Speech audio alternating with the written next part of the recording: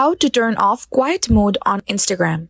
The quiet mode feature on Instagram is a feature that limits the notifications you receive from the application, allowing you to take a break and have some quiet time away from constant updates. Firstly, open your app store and make sure that your Instagram has been updated to the latest version.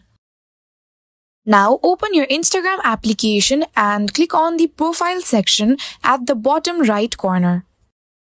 Then click on the 3 horizontal lines at the very top right corner. On this page, click on the notifications. And as you can see on the screen, there is a quiet mode. Make sure that you turn on the quiet mode on by turning on the toggle. This Instagram feature lets you choose when you can start your quiet mode and when you can end it as well.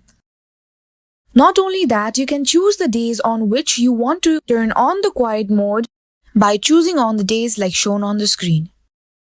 And that's it. This is how you can turn on or off the quiet mode on Instagram. If you found this video helpful, give it a thumbs up and subscribe to our channel for more amazing content.